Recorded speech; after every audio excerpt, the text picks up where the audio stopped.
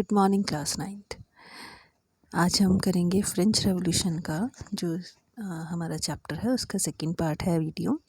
इसमें हम देखेंगे कि जो फ्रेंच रेवोल्यूशन है वह कैसे हुआ, इसकी शुरुआत कैसे हुई, फ्रांस की कंडीशन क्या थी उन दिनों जब रेवोल्यूशन हो रहा था, और फ्रांस किस तरह से एक कॉन्स्टिट्यूशनल मोनार्की में तब्दील हुआ। फ्रांस की गवर्नमेंट, मोनार्की मीन्स राजतंत्र और कॉन्स्टिट्यूशनल मीन्स जो संविधान को फॉलो करने वाली मोनार्की थी। फिर नेशनल असेंबली किस तरह से बनी फ्रांस में, हम वो भी देखेंगे। अब फ्रांस की बात करें तो फ्रांस में लुई 16 रूल कर रहा था। अब लुई 16 को हमने पहले पढ़ा था प्रीवियस वीडियो में कि किस तरह से उसने टैक्सेस जो थे वो इंक्रीज़ कर दिए थे और लोगों पर जो टैक्सेस पे करने का जो बर्डन था वो इंक्रीज़ हो गया था। अब जो मोनार्की है, जो रूलर है, वो खुद ब खुद अपने फैसले नहीं ले सकता। उन दिनों उसे स्टेट्स जनरल की मीटिंग जो है वो बुलानी होती थी, जिसमें तीनों स्टेट के रिप्रेजेंटेटिव होते थे, क्लर्जी, नोबल्स और जो कॉमन पीपल होते थे। तो वो सब मिल कर के टैक्सेस जो है वो पास किया करते थे प्रपोजल को। अब जो रूलर है, लास्ट टाइम इसकी जो मीटिंग थी स्टेट्स जनरल की वो 1614 में हुई थी, 1789 चल रहा है।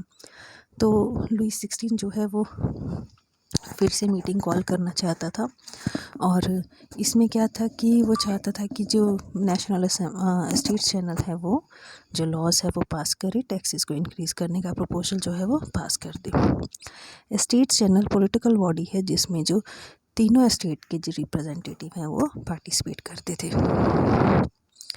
फिर 5 मई 1789 को मीटिंग होती है स्टेट्स जनरल की। फर्स्ट और सेकंड स्टेट के 300 रिप्रेजेंटेटिव्स आते हैं। थर्ड स्टेट के रिप्रेजेंटेटिव होते हैं 600। फर्स्ट और सेकंड स्टेट के रिप्रेजेंटेटिव्स को बिठाया जाता है।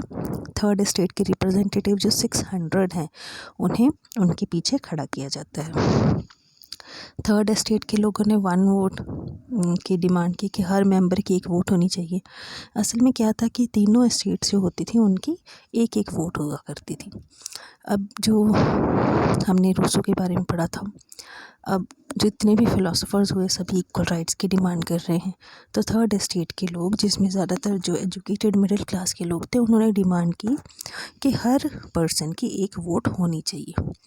जो लुई 16 है, अब वो ऐसा तो नहीं चाहता था, वो तो चाहता था पुराने तरीके से ही वोटिंग हो और उसका जो प्रपोजल है वो पास हो जाए। तो राजा ने, लुई 16 ने इस डिमांड को उसने रिजेक्ट कर दिया, और जो थर्ड स्टेट के लोग थे वो उस असेंबली में से बाहर आ गए। 20 जून 1789 को क्या होता है कि थर्ड स्टेट के मेंबर्स जो होते हैं वो वर्साइल्स का जो पैलेस है, महल है, वहाँ पर इंडोर टेनिस कोर्ट था, वहाँ पर इकट्ठे होते हैं और अपने आप को नेशनल असेंबली का नाम देते हैं, डिक्लेयर करते हैं। उसके बाद वो ये कसम खाते हैं कि जब तक वो फ्रांस के लिए संविधान नहीं बना लेते, कॉन्स्टिट्यूशन नहीं बना लेते, जिससे कि जो मोनार्क है लुई 16 है उसकी जो पावर्स हैं वो कम हो जाएंगी, उन पर अंकुश लगेगा, तब तक वो वहाँ से नहीं जाएंगे। अब ये जो थर्ड स्टेट थी इसको लीड कर रहे थे मिराबियो और एबीसीएस। मिराबियो नोबल क्लास से बिलोंग करता था, लेकिन फिर भी वो ये चाहता था कि जो इक्वालिटी है वो होनी चाहिए, वो थर्ड स्टेट के फेवर में था। मिराबियो ने बहुत पावरफुल स्पीचेस दी, उसने एक पैम्फलेट लिखा एबीसीएस ने, वो था what is the third state, और इस तरह से ये थर्ड स्टेट के जो मेंबर्स हैं उनको लीड कर रहे थे। ये पावरफुल लीडर्स हुए उस समय। फिर आता है कंडीशन उस समय फ्रांस की क्या थी। बहुत ज़्यादा सवियर विंटर उस समय पड़ रही थी, फसल बहुत ख़राब हुई। फूड की शॉर्टेज हुई, ब्रेड की कीमतें बढ़ गईं, और जो बेकर्स थे उन्होंने इसका पूरी तरह से फ़ायदा उठाया। आपको पता ही है कि जब भी कोई कैलेमिटी आती है तो जो कुछ तबका ऐसा होता है सोसाइटी का जो उस कैलेमिटी से भी फ़ायदा उठाने की कोशिश करता है। तो जो बेकर्स हैं उन्होंने इस सिचुएशन को बड़े अच्छे से एक्सप्लॉइट किया। थर्ड क्या हुआ कि लोग जो थे वो बेकरी के बाहर उन्हें कई घंटों लाइन में खड़े रहना पड़ता था ब्रेड खरीदने के लिए। लोग गुस्से में आ गए तो उन्होंने दुकानों पर हमले करने स्टार्ट कर दिए, ब्रेड शॉप्स पर। अब इस समय क्या हुआ, अब जो राजा है जब उसने देखा लुई 16 ने कि पेरिस में दंगे स्टार्ट हो गए हैं, लोग जो हैं वो बहुत गुस्से में हैं, नाराज़ हैं, तो उसने क्या किया, उसने आर्मी को, ट्रूप्स को पेरिस में कॉल किया, उन्हें बुला लिया। देन 14 जुलाई आया। 14 जुलाई को जो भीड़ थी वो इकट्ठी हुई, गुस्से में आकर के लोगों ने जो बास्तील का जो पैलेस है वहाँ पर अटैक किया। उस समय ये अफवाहें फैल गई कि जो रूलर है लुइस 16 है, उसने आर्मी को बुलाया है और जो क्रॉप्स हैं वो उन्हें डिस्ट्रॉय करना चाहता है। पीजेंट्स, किसान जो गुस्से में थे, उन्होंने क्या किया, उन्होंने महल पर हमले स्टार्ट कर दिए, जो गवर्नमेंट बिल्डिंग्स थे उन पर हमले करने स्टार्ट कर दिए। अनाज को लूटा जाता था, जितने भी डॉक्यूमेंट्स थे उन सबको वो जला देते थे, डिस्ट्रॉय कर देते थे।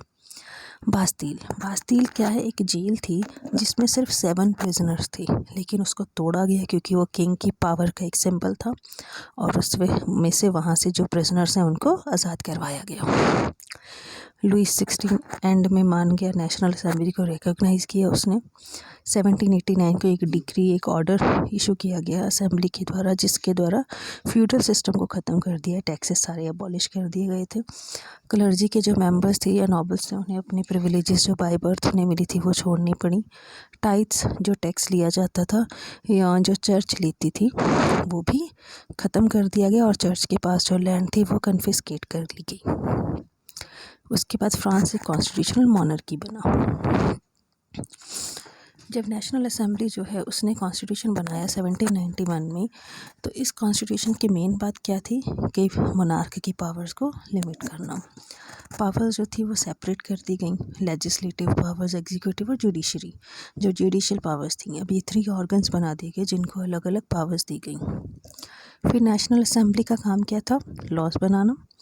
उसके बाद जो इसके मेंबर्स होते थे वो एक्टिव सिटीजन्स होते थे, उनमें से इनडायरेक्टली चूज़ किए जाते थे।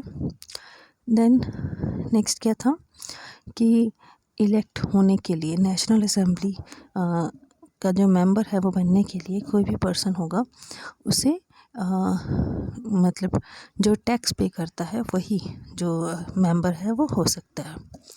देन सिटीजन्स 2 तरह के थे, एक एक्टिव सिटीजन्स थे और एक पैसिव सिटीजन्स थे। एक्टिव सिटीजन्स में वो लोग आते हैं जो 25 ईयर्स के हैं और एक मज़दूर के 3 दिन की दिहाड़ी के बराबर जो वेजेस हैं उसके इक्वल टैक्स पे करता है, सिर्फ उसी को इलेक्ट होने का राइट जो है वो मिलता था। पैसिव सिटीजन्स में आते थे जितने भी बाकी पुअर मैन और वुमेन हैं। इसके साथ ही जो राइट्स हैं मैन और वुमेन के, वो उनको डिक्लेयर किया गया, declaration of rights of man and citizen.